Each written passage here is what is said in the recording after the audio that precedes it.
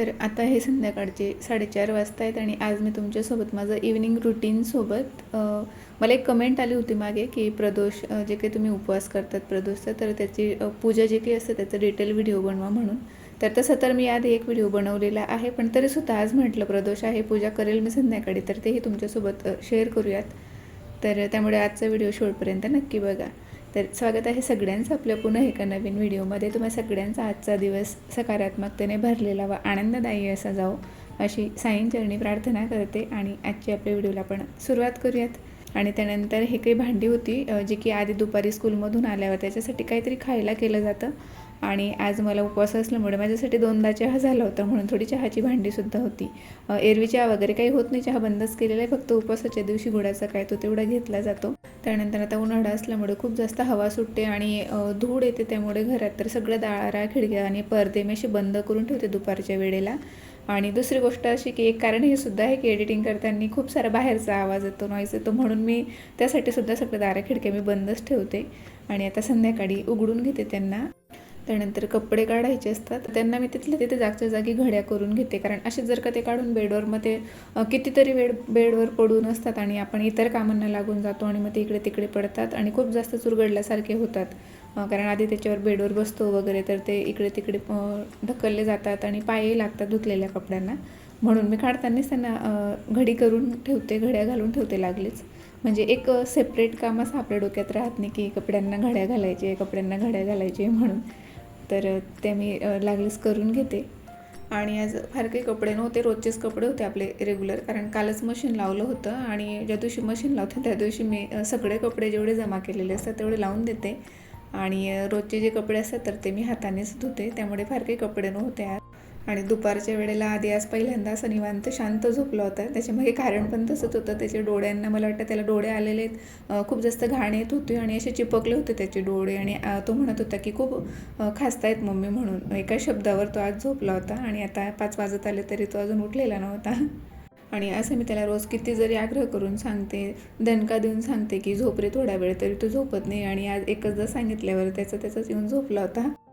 त्यानंतर मला घरांना झाडू मारायचा होता आणि नवीन झाडू आणला होता, जुना जर होता तर तो दिला गेला होता डस्टबिनमध्ये. तर झाडू आणल्यानंतर ही अशी कशी पूजा केली जाते झाडूची वापरायच्या आधी, तर मी आधी पूजा करून घेतली. आता त्याला वापरायला काढायचं आहे, पण त्याआधी त्यात जे काही असं पावडरसारखं निघतं, खूप अशी डस्ट निघते, तर ते मी असं रगडून घेते तो झाडू. जी की ही भिंत आहे तर ते अशी थोडी रखरखीत असल्यामुळे छान असं निघून जातं त्याच्यात. आणि याआधी मी गालाचा झाडू वापरत होते, पण मला तो फारसा आवडत नाही, कारण तो धुवून वगैरे स्वच्छ राहतो, बरेच दिवस टिकतो सुद्धा, पण मला कुठेतरी असं वाटतं की जे जुनं असतं तेच सोनं असतं. आपण झाडूला आपल्याकडे लक्ष्मी मानलं जातं आणि ते सुद्धा प्लॅस्टिकमध्ये जर आपण वापरायला लागलो तर मग राहिलंच काय मागे. म्हणून मी आता 1 वर्षभरापासून असे साधेच झाडू वापरते आणि तो एक गालाचा आहे माझ्याकडे, आधी तो आणून होता, तर त्याच्याने मी आता बाहेर झाडू मारते. दाराच्या बाहेर जिथे आपण चप्पल स्टँड वगैरे असतं तर तो स्पेशली तिकडेच वापरण्यासाठी मी त्याला ठेवलेलं आहे. आणि लक्ष्मीपूजनला मला तो प्लॅस्टिकचा झाडू पूजेलाही योग्य वाटत नव्हता, म्हणून मी 1 वर्षभरापासून आता हा असा साधा झाडू आपला आणते आहे. आणि हा असा काही पसारा आधीने घालून ठेवलं होतं पुढच्या घरात, मी बेडरूममध्ये माझं काम करत होती तोपर्यंत एडिटिंगचं. त्याला म्हटलं की तू बाहेरच थांब थोडा वेळ, आणि आता त्याचं एक्झाम सुरू असल्यामुळे तो लवकर घरी येतो आहे. तर हे कात्री वगैरे कितीतरी कागदं पडलेली होती, ते तर कॅमेरा लावायच्या आधीच मी उचलून घेतली. असं बरंच काय काय पडलेलं होतं तिथे. आणि हा जो सोफा आहे तर दिवसभरातून 2-3 वेळा मला त्याला क्लीन करावंच लागतं, कारण सारखं ते आधी त्याचं ते ओढून घेतो वरचं हे, किंवा बसताना थोडंफार मस्ती वगैरे केली की ते आपोआप चुरगडल्यासारखं होतं, तर ते तर व्यवस्थित नीटनेटकं करावंच लागतं. त्यातल्या त्यात भरपूर अशा वस्तू आधीने इकडे तिकडे ठेवलेल्या असतात, जसे की आता बॉटल इथेच पडून होती, त्याने काही खाल्लं होतं आल्यानंतर, ते प्लेटसुद्धा तिथेच पडून होती, पेन पेन्सिल त्याचं काही ना काही असतंच, घरभर पसारा असतो.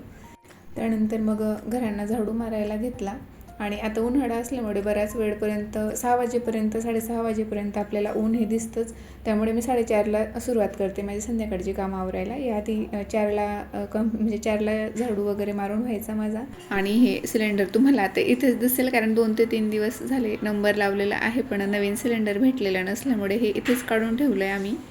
तर आणि सगळ्यांनाच माहिती आहे आता की गॅसचा किती प्रॉब्लेम येतो, टाके भेटत नाही आहे सहसा, तर दुपारी वगैरे जर का आला म्हणून तो इथे काढून ठेवलं आहे मी. आणि दुसरी गोष्ट अशी की खूप जास्त धूळ येते घरात, हे बऱ्याचदा सांगून झालेलं आहे. तर मी काय करते, आता थोडंसं रुटीन माझं चेंज केलं आहे सकाळचं आणि संध्याकाळचं.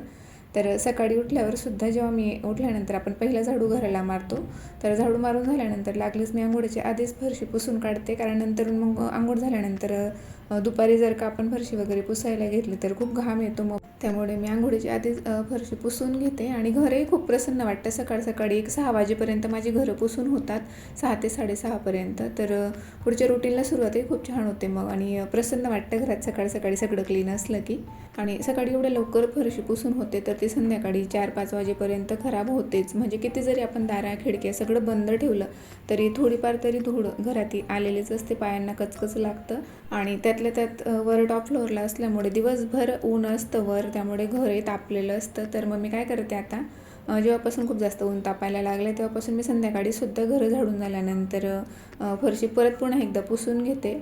आणि त्यातल्या त्यात आज प्रदोष होता म्हणून मी पाण्यात गोमूत्र आणि थोडंसं मीठ घातलं होतं, कारण मला आता पूजेला बसायचं आहे.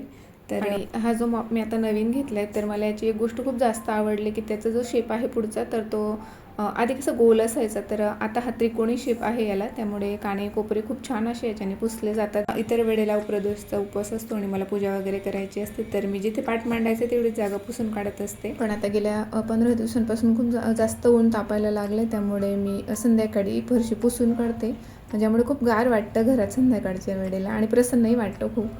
तर ही जी बाल्कनी आहे, तर ही बेडरूमची बाल्कनी आहे, स्टँडिंग बाल्कनी, तर ही धुवून काढायला लागते, कारण मी घरं पुसण्यासाठी पाणी इकडनंच नेत असते.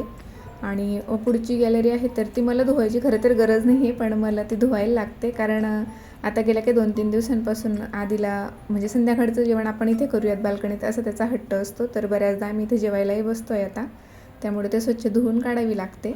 नाहीतर आता या संध्याकाळच्या वेळेला ह्या बाल्कनीत काय फारसं आम्हाला तेवढं काम नसतं. जर का थोड्या वेळ बसलो तरी आम्ही पाठीमागच्या गॅलरीतच बसतो, कारण तिथे भरपूर अशी झाडं ठेवलेली आहेत आणि छान वाटतं तिथे बसायला मोकळं असल्यामुळे. आणि खरं सांगते, सकाळी तर आपण रोजच फरशी वगैरे पुसून काढत असतो, पण संध्याकाळी ह्या वेळेला जर का आपण घरं क्लीन केली, फरशी वगैरे पुसून काढली, तर एक वेगळंच प्रसन्नता घरात येते आणि खूप छान वाटतं घरात, खूप पॉझिटिव्ह वाटतं आणि गार वाटतं. सगळ्यात महत्त्वाचं म्हणजे उन्हाळ्यात तर, त्यामुळे मी आता पूर्ण उन्हाळ्याभर 2 वेळ फरशी पुसून काढते आणि गॅलरीसुद्धा धुवून घेते दोघं. तसं तर ही पुढची गॅलरी मी पुसूही शकते मॉपने, पण मग धुतल्यानंतर ती आणखीन जास्त क्लीन वाटते आणि आजूबाजूची जी काही भिंत आहे तीसुद्धा धुतली जाते थोडंफार पाणी त्याच्यावर घालून. तर याआधी मी खाली बसूनच फरशी पुसत होती, पण आता 2 टाईम मला फरशी पुसावी लागणार आहे आणि उन्हाळा सुरू झाला आणि आता आधीसारखं फारसा वेळही नसतो, म्हणून मी आता मॉप घेतला आहे. एक 8-10 दिवस झालेत मला मॉप घेऊन.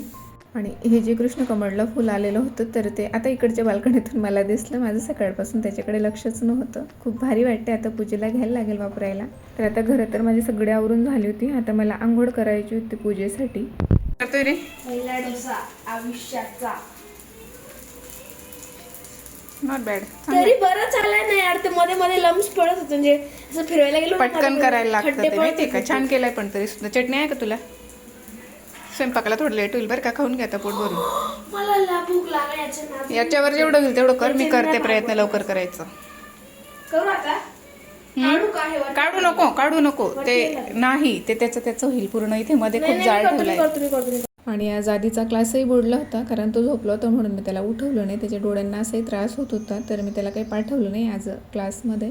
आणि 2 वेळेला घरातलं आवरून झाल्यानंतर दुपारी पण आणि संध्याकाळी पण मी हलकंसं असं एक रूम फ्रेशनर वापरते, जे की घरात मी सगळीकडे थोडंफार त्याला स्प्रे करून घेते त्याचा, ज्यामुळे की आणखीन जास्त प्रसन्न आणि फ्रेश वाटायला लागतं घरात. छान असा हलका सुगंध येतो.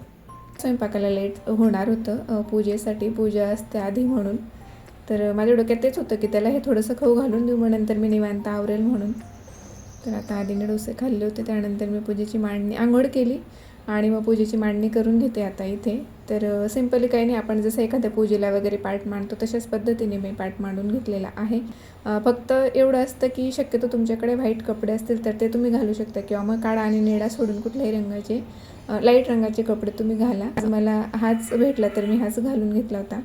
आणि ही छान अशी फुलं, बेलपत्र आणि शमीचं पानं हे सगळं माझ्या बाल्कनीतून मी घेतलेलं आहे पूजेसाठी. नाहीतर मला प्रत्येक वेळेला बाहेरून आणायला लागायचं, एक दिवस आधी तयारी करून ठेवायला लागायची. आणि ही थोडीफार अशी काहीशी मी तयारी करून ठेवली होती पूजेची. त्यात पाण्याचा तांब्या राहिला होता ठेवायचा आणि दूध अभिषेकसाठी, कारण दूध नव्हतं ते आधीला आणायला पाठवलं होतं खाली. तर आधीने दूध आणलं, थोडंसं आधी काढून घेतलं अभिषेक करायला मी. आणि त्यानंतर मग आता आधी प्रसादाचं बनवून घेते, कारण मी एकटे असल्यामुळे पूजेला बसली की प्रसाद वेगळं बनवायला परत मला उठायला लागतं, त्यापेक्षा मी आधीच बनवून ठेवते. तर इथे आज मी शिरा बनवते प्रसादाला आणि बऱ्याचदा खीर बनवत असते मी, कारण ती पटकन होते. जसं की रव्याची खीर किंवा मग शेवया होत्या माझ्याकडे खिरीसाठीच्या, तर शेवयांची खीर मी बनवायची, जी की आधीला सुरुवातीला खूप आवडत होती, पण नंतर तोही खात नव्हता. तर आता ते पाकिट संपलं होतं म्हणून मी आज शिराच बनवला होता प्रसादाला.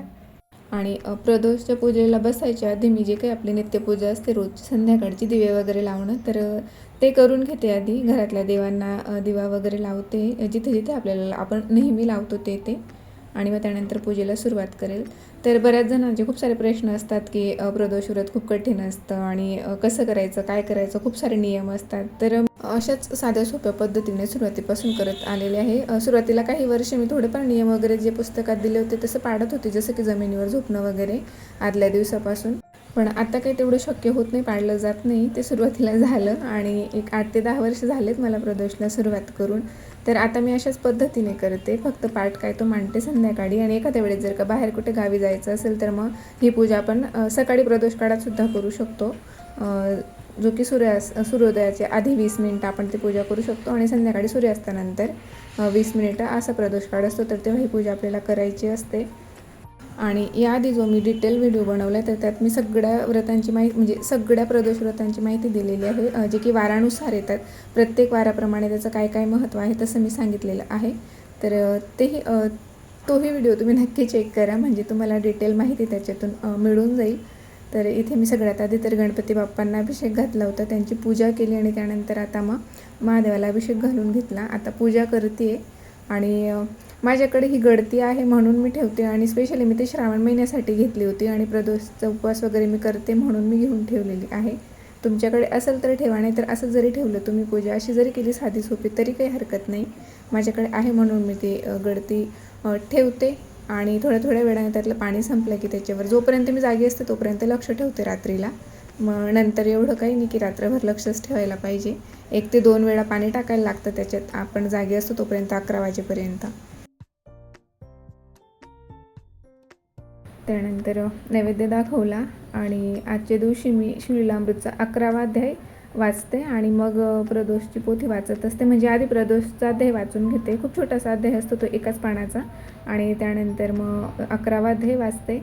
आणि जेव्हा मी शिवस्तुती म्हणते तेव्हा आधीला शिवस्तुती खूप आवडते, तो माझ्याकडे येऊन बसतो आणि आता आरती करून घेते. आणि तुमच्यापैकी जर का कोणी म्हणजे इच्छुक असेल, इच्छा असेल तुमची प्रदोष व्रत करायची, तर तुम्ही नक्की करू शकतात. तर ते कमीत कमी 3 वर्ष आणि जास्तीत जास्त आपण 12 वर्ष करू शकतो. तर माझे तर आता 10 ते 11 वर्ष झालेले आहेत, आता एखादिक वर्ष राहतील माझे.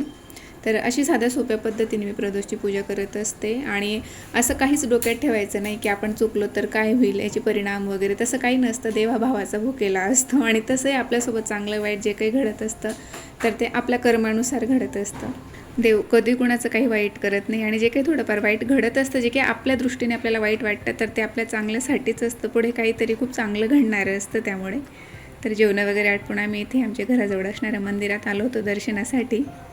तर आजचा व्हिडिओ मी इथेच थांबवते. जे कोणी चॅनलवर नवीन असतील, पहिल्यांदा माझा व्हिडिओ बघत असतील आणि तुम्हाला व्हिडिओ आवडला असेल तर एक लाईक नक्की करा, सोबतच चॅनलला सबस्क्राईब देखील करा आणि तुमचे काही सजेशन असतील तर ते मला कमेंटद्वारे नक्की कळवा. पुन्हा भेटू एका नवीन व्हिडिओमध्ये, तोपर्यंत आनंदी राहा. व्हिडिओ शेवटपर्यंत बघितल्याबद्दल धन्यवाद. बाय.